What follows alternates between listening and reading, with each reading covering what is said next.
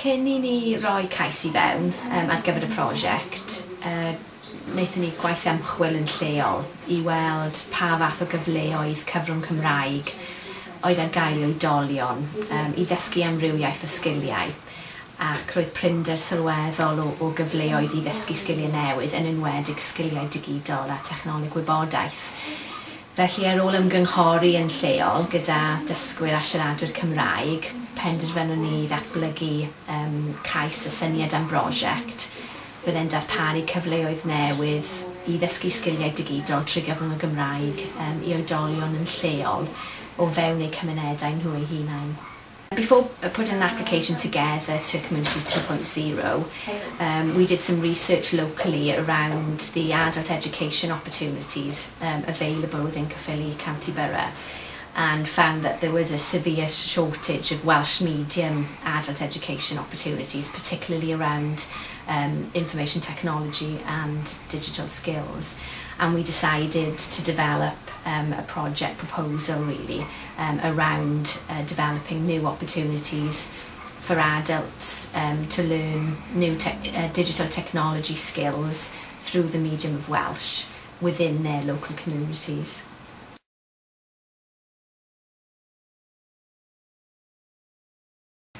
Ar hyn o bryd, dyn ni wedi datblygu a wedi darparu sesiynau blasu ar amrywiaeth o bynciau gan gynnwys straeon digidol a defnyddio gwefannau ac adnoddau ar-lein mwyn gwella sgiliau siarad Cymraeg. A hefyd mae'r swydd y prosiect erbyn hyn yn rhedeg cwrs wythnosol dros 10 wythnos ar gyfer pobl sydd ddim wedi defnyddio cyfrifiadur o'r blaen neu sydd â profiad prin iawn o ddefnyddio cyfrifiaduron. A mae'r ddau elfen yna'r prosiect wedi datblygu'n dda.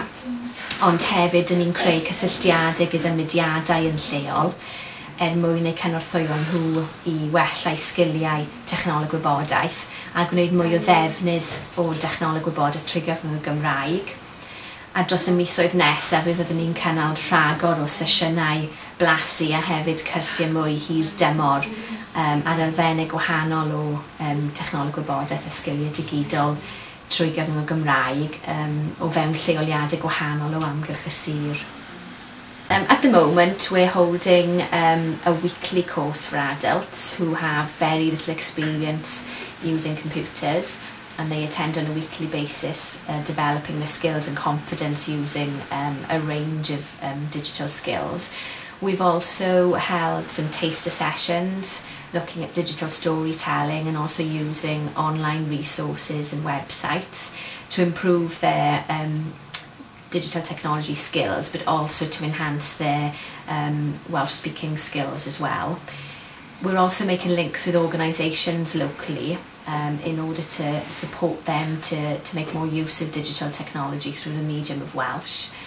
And over the coming months we'll be holding further sessions around a range of topics really, where adults again can learn new skills through the medium of Welsh.